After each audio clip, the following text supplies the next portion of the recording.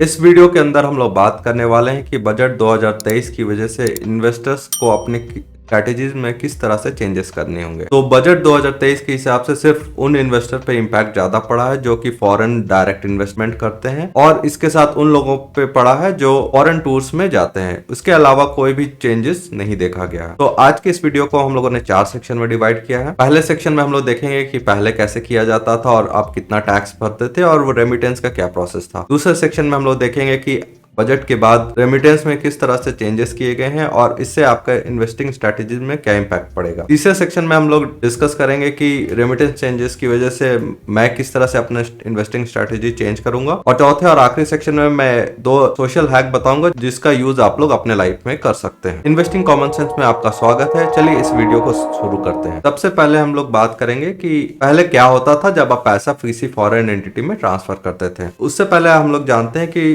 Government ने जो tax TCS जो एप्लीकेबल रूल डाला है वो टीसीएस होता क्या है। तो टीसीएस बेसिकली होता है टैक्स कलेक्टेबल एट सोर्स। तो इसमें क्या होता है जब आप पैसा किसी फॉरेन एंटिटी को ट्रांसफर करते हैं तो बैंक कुछ परसेंटेज ऑफ अमाउंट आप पहले ही डिडक्ट कर लेती है। अगर आपका पैन कार्ड लिंक्ड है बैंक अकाउंट से तो आपका 5% डिडक्ट होता था, और पैन कार्ड लिंक नहीं है तो आपका 10% डिडक्ट होता था। और इसका मिनिमम लिमिट था 7 लाख। अगर आप 7 लाख से ज्यादा किसी फाइनेंशियल ईयर में ट्रांसफर कर रहे हैं तब आपका ये टीसीएस एप्लीकेबल होता था। तो अगर आपने मान लो 7 लाख से कम पैसा अगर ट्रांसफर किया एक फाइनेंशियल ईयर में तो आपको कोई टीसीएस डिडक्ट नहीं होता था।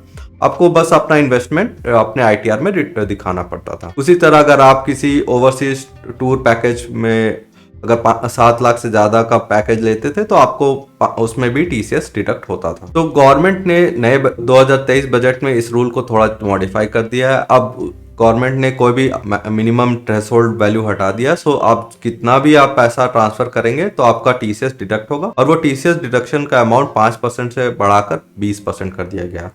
तो बेसिकली अगर आपने 1 लाख रुपए अपने बैंक अकाउंट से किसी भी फाइनेंशियल ईयर में ट्रांसफर किया जो कि रूल 1 जुलाई से एप्लीकेबल होगा, तो आपका 20% यानी कि 20,000 रुपया बैंक डिडक्ट कर लेगी, और वो पैसा आपके पैन कार्ड से लिंक करके वो इनकम टैक्स डिपार्टमेंट को ट्रांसफर कर देगी। तो जब आप आईटीआर फाइल करेंगे जो कि आप नेक्स्ट ईयर करते हैं तो उस समय आपको वो एज ए रिफंड मिलेगा। तो मान लीजिए आपने 1 जुलाई के बाद मान लीजिए 10 या 15 जुलाई या अगस्त में पैसा ट्रांसफर किया, तो वो जो आपका 20% ब्लॉक होगा वो आपके नेक्स्ट फाइनेंशियल ईयर यानी कि जब आप जुलाई में नेक्स्ट ईयर आईटीआर फाइल करेंगे यानी जुलाई 2024 में, तब आप उसको रिफंड ले सकते हैं। तो इस तरह से अगर आपका एक ह्यूज अमाउंट पैसा ब्लॉक हो जाता है, और ये आपको तभी होगा जब आप किसी भी डायरेक्ट इन्वेस्टमेंट में कर रहे हैं। सिमिलरली अगर आप कोई टूर पैकेज भी लेंगे तो आपका सेम अमाउंट डिडक्ट हो जाएगा, और अगर आप कोई पैकेज जैसे आप एमएमटी मेक माई ट्रिप से बुक करेंगे तो आपका जो 5 लाख का पैकेज है आप को उसमें 20% एक्स्ट्रा पे करना पड़ेगा apart from all other taxes जो कि आपका टीसीएस के लिए डिडक्ट किया जाएगा। तो ये तो था बजट का, इस पे तो आप कुछ कर नहीं सकते हैं। तो अब इसके बाद इस चेंजेस के बाद आप अपना इन्वेस्टमेंट स्ट्रेटेजी आपको कैसे रखना चाहिए। तो बेसिकली मैं क्या कर रहा हूँ, मैं अपना जो भी पोर्टफोलियो बिल्ड करता हूँ वेस्टेड ऐप के थ्रू। तो और अगर आप वेस्टेड यूज नहीं करते तो मैं उसका साइन अप लिंक डिस्क्रिप्शन में डाल दूंगा, आप उसको साइन अप करके इन्वेस्टमेंट स्टार्ट कर सकते हैं। तो बेसिकली मैं पैसा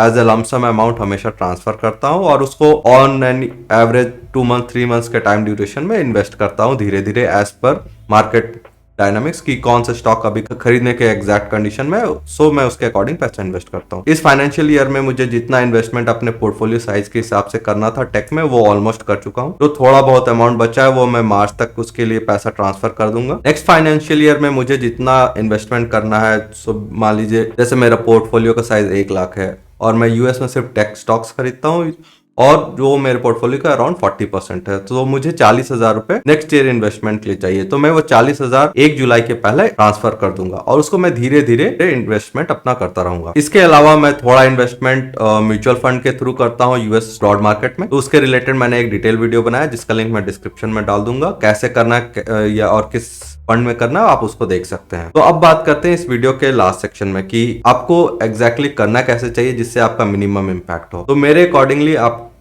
पहला चीज यूएस स्टॉक में इन्वेस्टमेंट करने के लिए क्या करना चाहिए। अगर आपको एक लमसम अमाउंट इन्वेस्ट करना है तो उस केस में आप सेम फंडा यूज कर सकते हैं जो मैं यूज कर रहा हूँ। मार्च तक कुछ पैसा ट्रांसफर कर दे अगर आप 7 लाख से कम इन्वेस्ट ट्रांसफर किए हैं अब तक। तो अगर आपने 7 लाख से ज्यादा कर दिया है तो आप फिर भी इन्वेस्ट कर सकते हैं क्योंकि आपका 5% ब्लॉक होगा मार्च के बाद आप जब ITR फाइल करेंगे जून जुलाई में, तो आप उसको रिफंड ले सकते हैं। सिमिलरली आप नेक्स्ट फाइनेंशियल ईयर की बात अगर करें तो आप 7 लाख रुपए तक जुलाई 1 के पहले अगर ट्रांसफर कर देंगे तो आपका कोई भी TCS डिडक्ट नहीं होगा और आप पूरा का पूरा पैसा ट्रांसफर कर सकते हैं, apart from what ever tax bank deduct करेगी। इसके अलावा आप 2 तरीके से इन्वेस्टमेंट कर सकते हैं। पहला, आप पैसा ट्रांसफर करके गवर्नमेंट के रूल्स के अकॉर्डिंग जब पैसा ट्रांसफर करेंगे 20% ब्लॉक कर सकते, या फिर आप अगर SIP फॉर्मेट में इन्वेस्टमेंट करना चाहते हैं तो आप एक चीज ये कर सकते हैं कि आप सेम अमाउंट का SIP अपने FD अकाउंट या अपने सेविंग अकाउंट में पैसा ट्रांसफर करते रहे starting from July till Feb and. और वो अमाउंट मान लीजिए आपने 10,000 रुपए पर मंथ आपको इन्वेस्ट करना है, तो आपने 8 महीने 6 महीने के लिए सेव कर लिया। वो टोटल अमाउंट आप मार्च में एक बार as a lump sum amount transfer कर दें। उस केस में क्या होगा, आपका 20% पैसा ब्लॉक तो होगा, पर वो आपका शॉर्टेस्ट टाइम ड्यूरेशन के लिए ब्लॉक होगा, क्योंकि आप मार्च में ट्रांसफर करेंगे